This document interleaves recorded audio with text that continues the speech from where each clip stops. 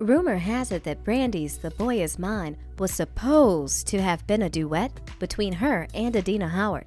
All jokes aside, but does that sound like it would have been the perfect PR move to have had Adina stressing Brandy out about a boy over the phone instead of Monica? Especially after knowing what we know now about their little feud that unfortunately came with big consequences. Rising to global fame in the mid-90s with her sexually liberated anthem Freak Like Me, Adina was propped up alongside other women known for shaping an entire generation with their lustful lyrics and explicit tunes.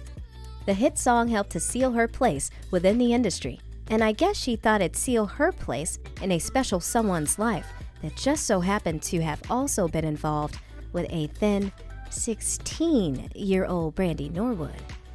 Needless to say, things got messy fast. Words were exchanged, bags were stopped, and Adina was given the boot, all thanks to Miss Wendy Williams herself? If you're confused now, I swear it'll all make sense by the end of the video. A trailblazer during a time where being sexually explicit, although progressive, was still seen as taboo. Adina Howard came blazing onto the scene with her 1995 hit song Freak Like Me, off of her debut album Do You Wanna Ride. This one hit was all Adina needed to cement her spot in the music world and every basement party and annual Freaknik. If you know, you know. Knew this was the jam to play if they wanted to get the crowd bumping. The song went on to become a platinum-selling record, peaking number 2 on the pop and R&B charts. Adina had a hit under her belt all before the age of 23, and similar to other hitmakers of her age, you couldn't tell Adina nothing. She was hot, she had the moves, and she was the moment. But do you know who else was the moment? Moesha star Brandy Norwood and platinum-selling R&B group Boyz II Men. While working on her follow-up album, Welcome to Fantasyland, Adina had begun a secretive, yet not so secretive relationship with a special someone. As innocent as that all may sound, the relationship served as a distraction to Adina, who seemed to have gotten herself entangled in a love triangle that would overshadow her music and overall career. That special someone being Wanya Morris from Boyz II Men, who was involved with Brandy Norwood at the time. Now, clearly someone is the side chick here, and I'm not saying it was Adina. But it wasn't Brandy. That's not to say that Wanya's smooth vocal-having self wasn't playing both girls like a fiddle. What made the situationship even more aggressive was the fact that Brandy and Adina were basically signed to the same label. Brandy at Atlantic and Adina at sister imprint East West. Reports of Brandy and Wanya's relationship, allegedly, had made headlines at around the same time their duet, Broken Hearted, was released back in 1994. And although they never officially came out and stated they were in fact a thing till years later, people put 2 and 2 together. Probably because they couldn't come out and say anything. The reason? Wanya was well into his early 20s and Brandy was still a minor. According to Wanya himself, he was actually the one who had introduced Brandy to Moesha showrunner Vita Spears, which led to Brandy getting her own show and even co-wrote the theme song for the series. After inviting her on tour to headline for his group, Brandy said that one thing led to another. Feelings got involved, and she ended up falling head over heels, this making Wanya her first real love.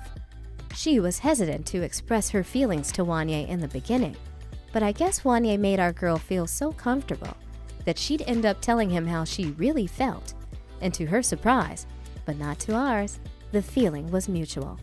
Let's not forget that Mrs. Wanna Be Down was just 15 during the time, and Wanya around 22. The relationship would last for 2 whole years before Wanya began to fall out of love with the then teen, leaving Brandy heartbroken. The reason? Well, I guess he just wanted a freak like her. Adina had met Wanya sometime around the late 90s, and the two began to hit it off. Only problem being that Wanya was still involved with Brandy. As you'd expect, this caused quite the tension in Brandy and Wanya's relationship that he, for some reason, hadn't pulled the brakes on just yet. When the media caught wind of the ongoing love triangle, music exec and label head Sylvia Rhone was not having it and advised Adina to focus less on her shenanigans with Wanya and more on her upcoming album.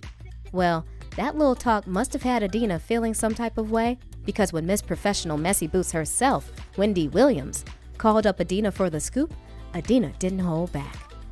She had some strong choice of words for both the other woman, aka Brandy, and Sylvia Rhone, aka her boss.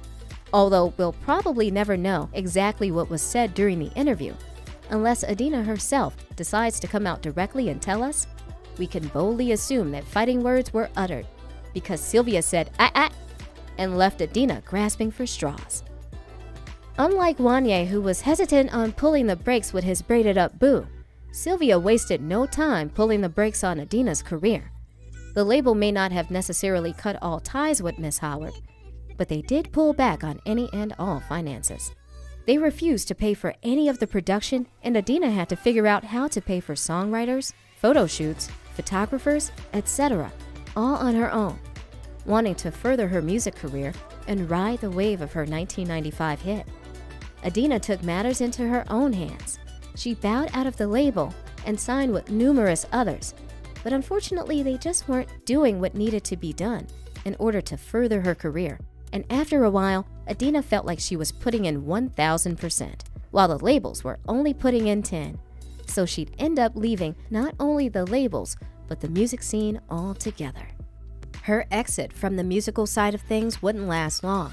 She'd end up dropping a few more projects here and there, releasing singles such as her other more notable song, T-Shirt and Panties, featuring Jamie Foxx, which featured on the Woo movie soundtrack.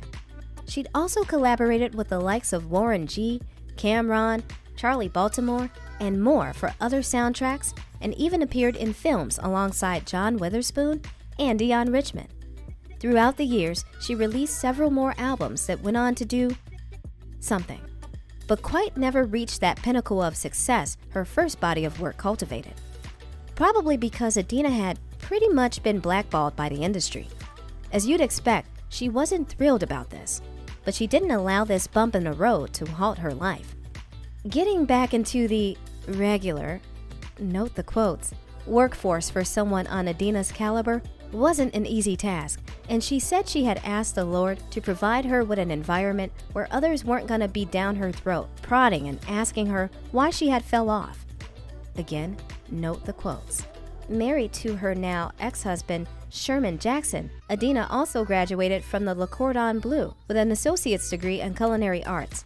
She released a cookbook and worked at attaining her own restaurant somewhere in Austin, Texas, and continued to cook up more songs. Her latest album, Resurrection, was released back in 2017 and features the song Nasty, which also samples her song Freak Like Me. Looking back, Adina admits that she was an immature 20-something that didn't understand the depths of destruction her reckless mouth would cost her. Brandy has never came out and confirmed or denied anything, but during her TV Unsung episode, Adina confessed to everything, stating that two young ladies allowed their egos to get in the way and were kind of going through it about a guy. Nevertheless, she insists on being a survivor and says that she's still here. Cue that one Tisha Campbell song. I'm still here. There's still life after any and everything that you could possibly be a part of. It's not just life after music. There's life after divorce. There's life after a crippling, debilitating disease. There's life after. As long as you choose to understand that whatever comes your way, you put faith first. You put God first. You'll always survive. It was Adina's choice to dip, come back, then dip again from the industry. Feeling like a used-up washcloth has to be an icky feeling. She felt as though she was being taken advantage of and improperly compensated for all of her hard work. Her immaturity all those years ago unfortunately had cost her her career, but she continues to push out new content nonetheless. Overall, this three-way situationship seemed like one big mess. And Wanya, you have some explaining to do. How do you think Adina should have handled the situation? Let us know your thoughts and opinions down below in the comments section. And stay tuned for more true celebrity stories.